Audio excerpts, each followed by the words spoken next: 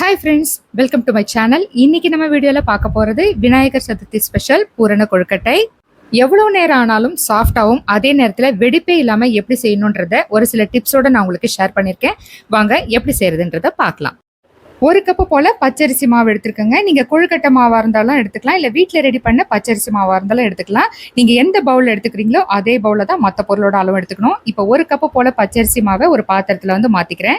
இதில் ஒரு 1/4 டீஸ்பூன் போல் உப்பு சேர்த்துக்கலாம். ஒரு கப்பு பச்சரிசி மாவுக்கு 1/4 கப்பு போல் பச்சை தண்ணி சேர்த்துக்கிறேங்க.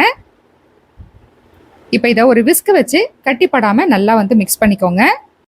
இந்த மெத்தட்ல பூர்ண கொழுக்கட்டையோட மேல் மாவை நீங்க ரெடி பண்ணீங்கன்னா ரொம்ப நேரத்துக்கு ரொம்ப சாஃப்டா இருக்கும். ட்ரை பண்ணி பாருங்க. இப்போ இதை நல்லா மிக்ஸ் பண்ணியாச்சு. இப்போ இந்த மாவை நம்ம கடாயில மாத்திடலாம். ஸ்டவ் இன்னும் ஆன் பண்ணல. இப்போ இதை சேர்த்துட்ட பிறகு நம்ம இது கூடவே ஒரு டீஸ்பூன் போல நெய்யும் சேர்த்துக்கலாம். நெய் வேண்டானா ஒரு டீஸ்பூன் போல தேங்காய் எண்ணெய் சேர்த்துக்கோங்க. ஸ்டவ் ஆன் பண்ணிட்டு கைவிடாம நம்ம மிக்ஸ் பண்ணிட்டே இருக்கணும். மரக்கரண்டியோட கைப்பிடியில தான் நான் மிக்ஸ் பண்றேங்க. இது மாதிரி மிக்ஸ் பண்ணும்போது நம்மளுக்கு ரொம்ப ஈஸியா இருக்கும். அது மட்டும் இல்லாம கட்டிப்படாம இருக்கும். கைவிடாம இதே மாதிரி ரொட்டேட் பண்ண மாதிரி மிக்ஸ் பண்ணிட்டே வாங்க.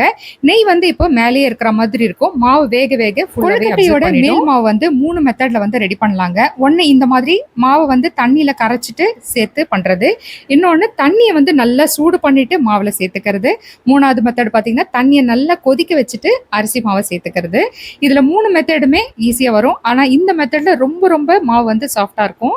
பாருங்க, நல்லா திக்காயிடுச்சு. கைவிடாம மிக்ஸ் பண்ணிட்டே இருக்கணும். லோ ஃப்ளேம்ல வச்சுக்கோங்க. உங்களுக்கு பார்க்கும் போதே தெரியும் எந்த இடத்துலையும் கட்டிப்படாம ஈவனா மிக்ஸ் ஆயிருக்கு. ஓரங்கள்ல இருக்க மாவையும் நல்லா எடுத்துக்கோங்க. இப்போ இது எல்லாம் மாவு ஒன்று போல சேர்ந்த பிறகு நான் இப்போ ஒரு ஸ்பேச்சுலால நல்லா மிக்ஸ் பண்ணிக்கிறேன். சூடா இருக்கும் போதே இது மாதிரி ப்ரெஸ் பண்ணி நம்ம மிக்ஸ் பண்ணும்போது இங்கே உங்களுக்கு பாதி அளவுக்கு சாஃப்ட் ஆயிடும். இப்போ நம்ம ஸ்டவ் ஆஃப் பண்ணிடலாம். இதை மூடி போட்டு கொஞ்சம் சூடு ஆறுற வரைக்கும் நம்ம வெயிட் பண்ணணும். ஓப்பன் பண்ணி வைக்காதீங்க. நீங்கள் மூடி போட்டு வைக்கும் போதே அதுலேயே ஓரளவுக்கு ஒரு 10 நிமிஷத்தில் ஆறிடும். இப்போ நான் மூடி போட்டு வச்சிடுறேன். இப்போ இந்த மாவு ஆறுறதுக்குள்ள நம்ம பூரணம் ரெடி பண்ணிடலாம். ஒரு கடாயில் 1/2 டீஸ்பூன் போல் நெய் சேர்த்துக்கோங்க. 1 கப்பு போல் துருவன தேங்காய் எடுத்திருக்கேன். 1 கப்பு பச்சரிசி மாவுக்கு 1 கப்பு போல் தேங்காய் எடுத்துக்கோங்க. தேங்காவை கப்பில் அளவு எடுக்கும்போது ரொம்ப லேசாக எடுக்காமல் கொஞ்சம் ப்ரெஸ் பண்ண மாதிரி எடுங்க. 1 கப்பு பச்சரிசி மாவுக்கு பூரணம் அப்போ தான் கரெக்டாக வரும். ரொம்ப லேசாக எடுத்துட்டிங்கன்னா பூரணம் கம்மியாயிடும். ஒரு 10 செகண்ட் போல் நம்ம தேங்காவை வதக்கினா போதுங்க. நெய் ஃபுல்லாக அப்சர்வ் ஆனால் போதும். ரொம்ப நேரம் வதக்குனீங்கன்னா தேங்காய் ரொம்ப ட்ரை ஆகிடும். அவ்வளவுதான். பாருங்கள், நெய் ஃபுல்லாக அப்சர்வ் ஆகிடுச்சு. இப்போ நம்ம இதில் வெல்லம் சேர்த்துக்கலாம். 1 கப்பு பச்சரிசி மாவுக்கு 3/4 கப்பு போல் வெல்லம் எடுத்துக்கோங்க. நான் பாரிஸில் இருக்கிற பவுடர் ஜாகரி தாங்க நான் யூஸ் பண்ணியிருக்கேன். இதில் ஒரு 1/2 டீஸ்பூன் போல் ஏலக்காய் தூளும் சேர்த்துக்கலாம். இது மாதிரி பிராண்டில் வாங்கும்போது பார்த்தீங்கன்னா உங்களுக்கு தூசோ மண்ணோ எதுவும் இருக்காது. இது மாதிரி டைரெக்டாகவே நீங்கள் சேர்த்துக்கலாம். இல்லைனா நீங்கள் நம்ம கடையில் ரெகுலராக வாங்குற இடத்துல கூட நம்ம வெல்லம் வாங்கும்போது பார்த்தீங்கன்னா அதோட குவாலிட்டி நம்மளுக்கு தெரியும். அப்படி இருக்கும்போது நீங்கள் வெல்லத்தை பொடி பண்ணி கூட நீங்கள் சேர்த்துக்கலாம். இல்லை கரைச்சி தான் நான் ஃபில்டர் பண்ணி சேர்த்துக்கணும்னு நீங்கள் நினச்சிங்கன்னா வெல்லத்தை நல்லா பொடியாக்கிட்டு அதில் ஒரு 2 டீஸ்பூன் போல் தண்ணி சேர்த்துக்கிட்டா போதும். லோ ஃப்ளேமில் வச்சு கரைச்சிட்டு ஃபில்டர் பண்ணி இந்த தேங்காயில் சேர்த்துக்கோங்க. நீங்க அந்த வீடியோவை பார்க்கணும்னா நான் இதுக்கு முன்னாடி கொழுக்கட்டை வீடியோ போட்டிருக்கேன். நான் அதோட லிங்கை நான் அட்டாச் பண்றேன். வெல்லம் சேர்த்து 2 நிமிஷத்துலேயே பார்த்தீங்கன்னா தேங்காயில் நல்லா அப்சர்வ் ஆகிட்டு பூரணமும் ரெடி ஆகிடுச்சு. இப்போ மாவும் ஓரளவுக்கு ஆறி இருக்கும். ரொம்ப ஆற வச்சிடாதீங்க. கை பொறுக்கிற சூடு வரைக்கும் இருக்கணும். பாருங்க, இப்போ நம்ம இதை ஒரு தட்டில் மாற்றிடலாம். தட்டில் கொஞ்சம் எண்ணெய் தடவிட்டு மாவு வச்சிருக்கேன். கையிலையும் கொஞ்சம் எண்ணெய் தடவிருக்கேன். இப்போ கையில் நல்லா அழுத்தம் கொடுத்து மிக்ஸ் பண்ணுங்க. கையோட இந்த போர்ஷனில் நல்லா அழுத்தம் கொடுத்து மிக்ஸ் பண்ணிங்கன்னா மாவு நல்லா சாஃப்ட் ஆகிடும். நம்ம கடாயிலே அந்த ஸ்பேட்சில் வச்சு நம்ம ப்ரெஸ் பண்ணி மிக்ஸ் பண்ணதுலேயே பாதி அளவுக்கு சாஃப்ட் ஆகிடுச்சு. அதனால் இது ரொம்ப நேரம் பண்ணணுன்றது அவசியம் இல்லைங்க. இப்போ மாவு நல்லா சாஃப்ட் ஆகிடுச்சு. பாருங்கள், இப்போ நம்ம இந்த மாவை குட்டி குட்டி போர்ஷன் நம்ம எடுத்து வச்சுட்டோன்னா கொழுக்கட்டை செய்கிறதுக்கு ரொம்ப ஈஸியாக இருக்கும். ஓரளவுக்கு இந்த மாதிரி ஒரு உருண்டைகளாக நான் எடுத்து வச்சிடுறேன். பாருங்க, நான் இந்த மாதிரி ரெடி பண்ணி வச்சுட்டேன். மொத்தமாவையும் அப்படியே வச்சுட்டிங்கன்னா ட்ரை ஆகிடும். பாருங்க எவ்வளோ சாஃப்டாக இருக்குன்னு. ஒரு 2 உருண்டை மட்டும் நம்ம வெளியில் வச்சுட்டு மீதியெல்லாம் ஒரு தட்டு போட்டு மூடி வச்சிடலாம். கொழுக்கட்டையை ப்ரெஸ் பண்ணுறதுக்கு நான் இந்த மாதிரி கவர் எடுத்துக்கிறேங்க. வீடியோவில் உங்களுக்கு விசிபிளாக தெரியணுன்றதுக்காக நான் இதை யூஸ் பண்ணுறேன். நீங்கள் வாழையில் வச்சுருந்தாலோ இல்லைனா எண்ணெய் பேக்கெட்டை நம்ம யூஸ் பண்ணுறீங்களோ அந்த கவரில் கூட நீங்கள் செய்யலாம். இப்போ நான் எடுத்து வச்ச ஒரு உருண்டையில் பாதி அளவுக்கு மாவு எடுத்து வச்சுருக்கேங்க. வைக்கும் போதே லைட்டாக ப்ரெஸ் பண்ணிவிட்டு கவரை க்ளோஸ் பண்ணிவிட்டு டிஃபன் பாக்ஸோட பேக் சைடில் ப்ரெஸ் பண்ணிங்கன்னா நல்லா ஈவனாக ரவுண்ட் ஷேப்பில் நம்மளுக்கு கிடைக்கும். ரொம்ப மெல்லிசா வந்து பிரஸ் பண்ணிட்டீங்கன்னா பூரணம் வந்து வேகும்போது வெளியில வந்துரும். ரொம்ப திக்கா இருந்தாலும் உங்களுக்கு சாப்பிடும்போது மாவு வந்து அதிகமா இருக்க மாதிரி இருக்கும். இந்த அளவுக்கு நம்ம வந்து பிரஸ் பண்ணிக்கலாம். இப்ப ரெடி பண்ணி வச்சிருக்க பூரணத்த வந்து நம்ம இதுக்குள்ள வச்சிடலாங்க. நம்ம எந்த ஷேப்ல வந்து கொழுக்கட்டை செய்ய போறோமோ அதுக்கேத்த மாதிரி ஷேப்ல வந்து பூரணத்த உள்ள வச்சிடலாம். இது மாதிரி லைட்டா வந்து பிரஸ் பண்ணிக்கோங்க. இப்ப இந்த கவர்லயே வந்து அப்படியே நம்ம வந்து க்ளோஸ் பண்ணிக்கலாம். கை வைக்கணுன்றது அவசியம் கூட கிடையாது. கரெக்டா வந்து சேர்ற மாதிரி மிக்ஸ் பண்ணிட்டு இப்போ நம்ம வந்து கையில அதோட எட்ஜஸ் வந்து பிரஸ் பண்ணிக்கலாம். பாருங்க சூப்பரா ரெடி ஆயிடுச்சு. ரொம்ப சிம்பிளாவும் நம்ம இதை வந்து பண்ணிடலாம். அவ்வளவுதாங்க. நீங்க ஏதாவது ஷேப் வந்து அந்த எட்ஜஸ்ல கொடுக்கணும்னா நீங்க ஸ்பூன் வச்சு கூட நீங்க வந்து கொடுத்துக்கலாம். நான் இப்போ அச்சு வச்சு உங்களுக்கு செஞ்சு காட்டுறேன். இப்போ இந்த அச்சுலயும் எப்படி மாவை ஈஸியா வைக்கணும்ன்றதை காட்டுறேன். ஃபர்ஸ்ட் அச்சுல வந்து கொஞ்சமா எண்ணெய் தடவிடலாம். இப்போ நம்ம இதுக்கு முன்னாடி வந்து மாவு வந்து ரவுண்ட் ஷேப்பில் வந்து ப்ரெஸ் பண்ணி எடுத்தோம் இல்லைங்களா, அதே மாதிரியே தான் இதுலேயும் வந்து வைக்க போகிறேன்.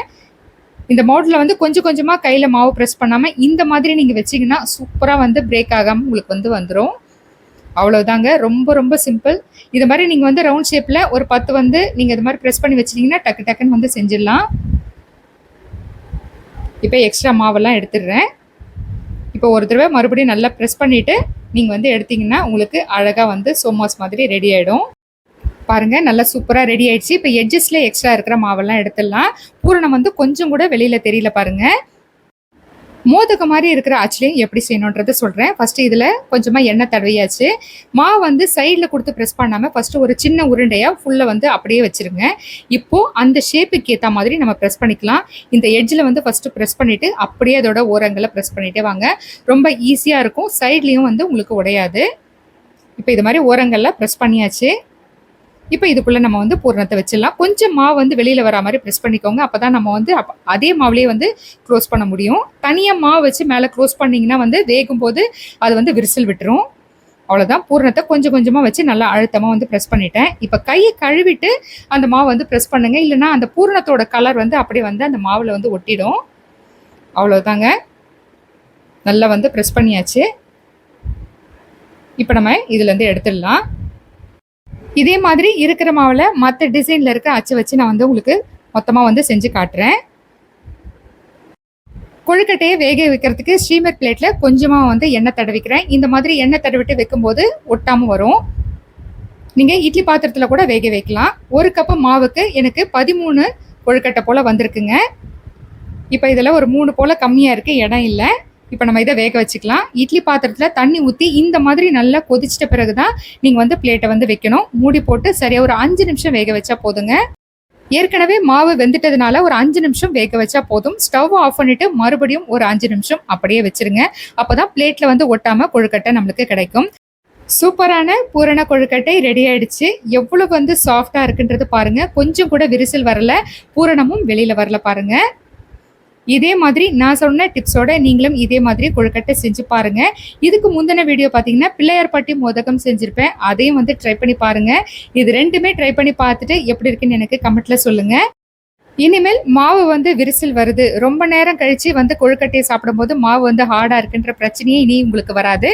இந்த வீடியோ உங்களுக்கு பிடிச்சிருந்ததுன்னா லைக் பண்ணுங்க, ஷேர் பண்ணுங்க, கமெண்ட் பண்ணுங்க. புதுசா பாக்குறவங்க மறக்காம சப்ஸ்கிரைப் பண்ணிடுங்க.